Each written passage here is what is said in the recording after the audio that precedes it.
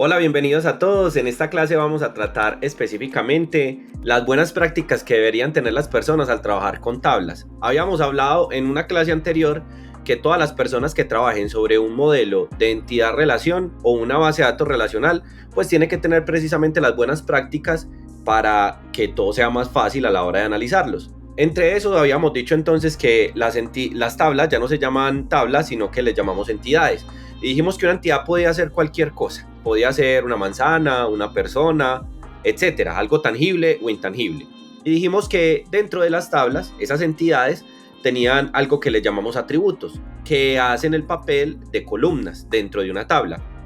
De esta forma entonces, pues ya podemos saber también que cada una de las filas pues vendrían a ser todos los registros que conforman esa entidad y en cada uno de los atributos que se le asignaron a la tabla, ¿vale?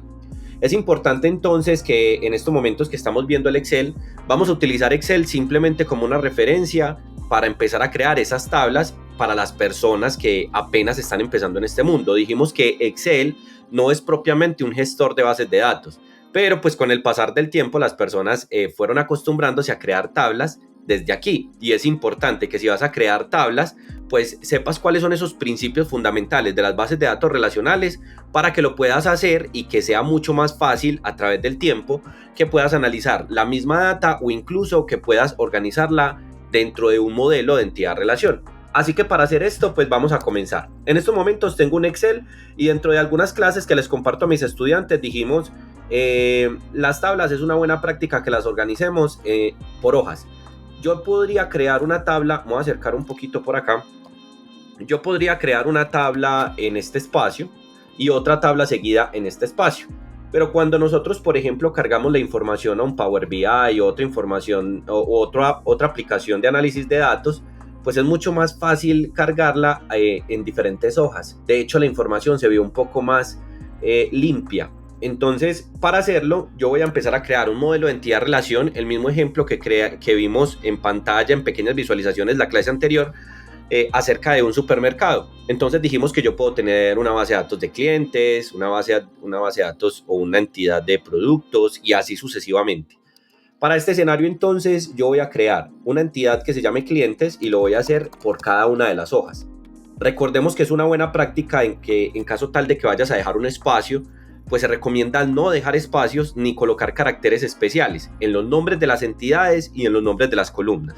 Así que si por ejemplo quieres hacer algo como esto, tablas, espacio, clientes, lo recomendable es que dejes un guión bajo y no coloques caracteres especiales. Esto aplica en los nombres de las entidades y en los nombres de los atributos.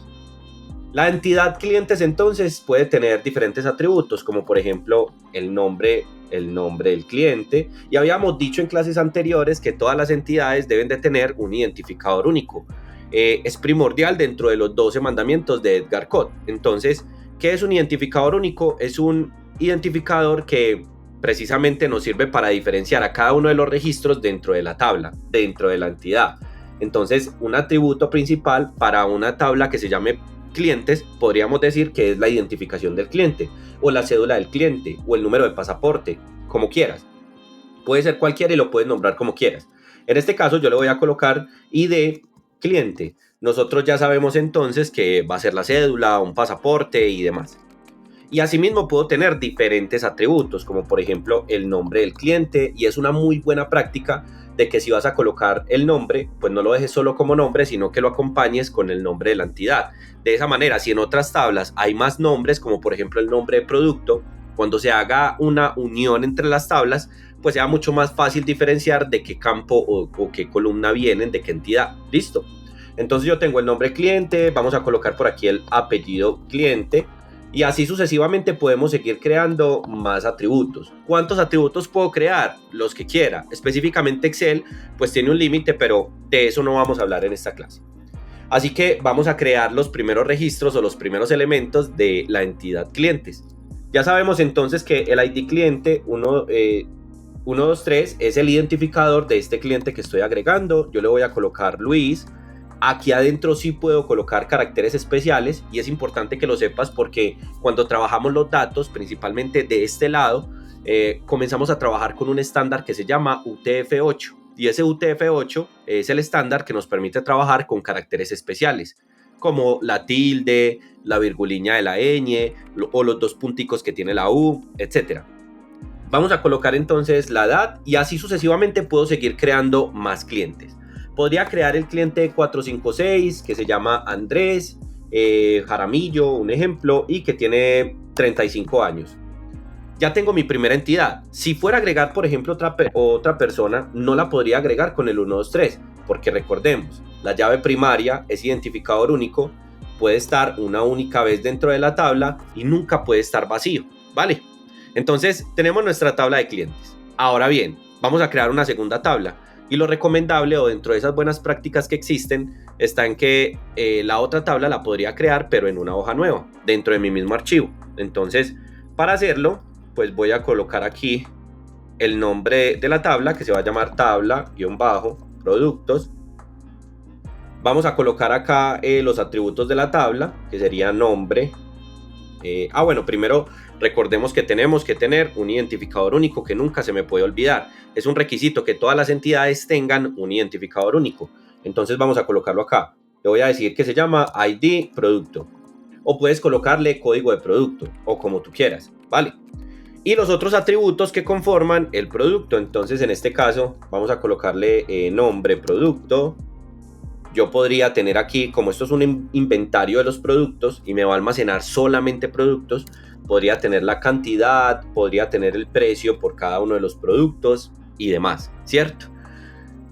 Yo puedo colocar esto tan complejo como yo quiera. Sin embargo, pues para este escenario vamos a hacerlo lo más sencillo posible para ver cómo se estructuran los datos. Entonces, las llaves primarias no solamente me guardan números, también pueden tener texto, pueden tener números o pueden ser textos y números. Siempre y cuando no se repita. Entonces, supongamos en estos momentos yo voy a almacenar frutas. Entonces, mi identificador va a ser F01, por ejemplo, para un mango. Digamos que tengo 10 mangos para vender dentro de mi negocio y que cada mango vale 4.500 pesos, ¿vale? Voy a agregar una segunda fruta. Entonces tengo por acá F02, vamos a decirle que es una manzana, que tengo 6 manzanas para vender y que cada una vale 2.500. Y así sucesivamente, pues me puedo seguir ingresando elementos dentro de la tabla o la entidad productos. Es muy importante que hasta acá entiendas lo que dijimos las clases anteriores acerca de la cardinalidad o la relación entre las tablas. Ya vimos entonces que un cliente se puede relacionar con un producto. La pregunta es, ¿el cliente se relaciona directamente con un producto, sí o no? En algunas explicaciones dijimos lo siguiente, un cliente sí puede comprar un producto, pero estos dos no se relacionan directamente. En caso tal de que se relacionaran, podría pasar algo como esto. Yo podría agregar, por ejemplo, y a lo mejor te has encontrado con tablas de este tipo, donde yo en la tabla de clientes puedo decirle cuál es el producto que el cliente está comprando. Entonces podría decir, Luis compró una manzana. Esto es solamente un ejemplo, analízalo hasta ahí, porfa. Entonces, Luis compró una manzana. Pero resulta que Luis también compró un mango. Entonces, como Luis compró un mango, lo ideal sería que repitiéramos a Luis acá y que le digamos que él compró un mango.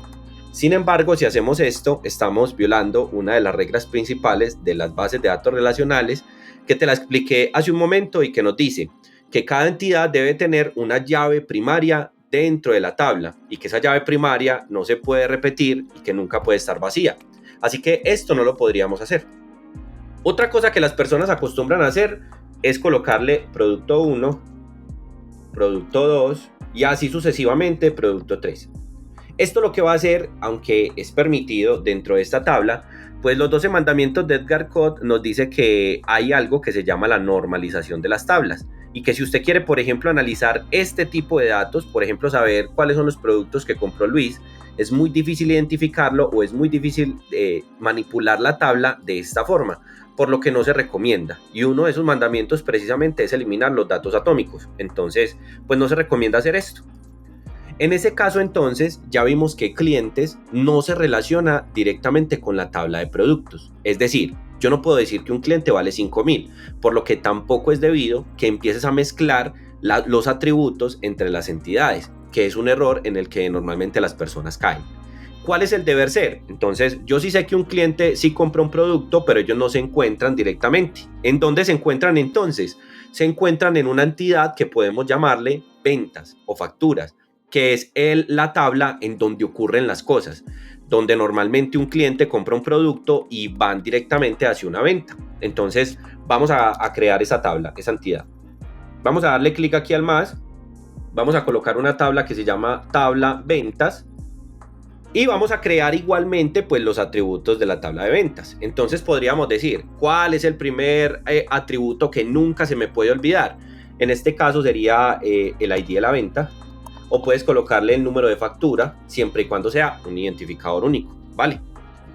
Y podemos seguir agregando otro tipo de atributos de la tabla de venta, como por ejemplo la fecha de la venta, etcétera. Acá es donde se empieza a colocar interesante, porque yo ya puedo decir, bueno, ¿y qué más pasa cuando yo hago una venta? Entonces, un cliente compra un producto. Así que si un cliente va a comprar un producto, debería estar en la tabla de ventas. ¿Cómo lo registro? Pues como ya tenemos las llaves primarias, hay algo que se llaman las llaves foráneas. Y dijimos que esas llaves foráneas eran llaves pasajeras, esas llaves que normalmente se pueden conectar con otras tablas. Entonces, un cliente compra un producto, lo más correcto es que el cliente esté aquí dentro de esta tabla. Para traerme el cliente lo hago a través de la llave primaria, y cuando pasa a la tabla de ventas ya no se llama llave primaria porque las entidades solamente pueden detener una llave primaria. Y en este caso, ¿cuál es? ID de la venta. Así que si yo me estoy trayendo una llave primaria de otra tabla, ¿qué vendría a ser esto? Entonces esto sería una llave foránea. Y la llave foránea sí se puede repetir, ¿vale? Así que tenemos el ID del cliente y lo mismo pasa con el producto. Yo ya sé cuál es el cliente que está comprando, pero tengo que saber cuál es el producto que está comprando. ¿Y cómo me lo traigo? Me lo traigo a través del ID del producto. Entonces acá pasa exactamente igual. Tengo que traerme el ID del producto de otra tabla hacia la tabla de ventas. Cuando yo ya lo agrego acá, pues puedo tener otros atributos dentro de la tabla, como por ejemplo el total a pagar y demás. Listo. Yo lo voy a dejar así por el momento, o incluso cantidades, etcétera.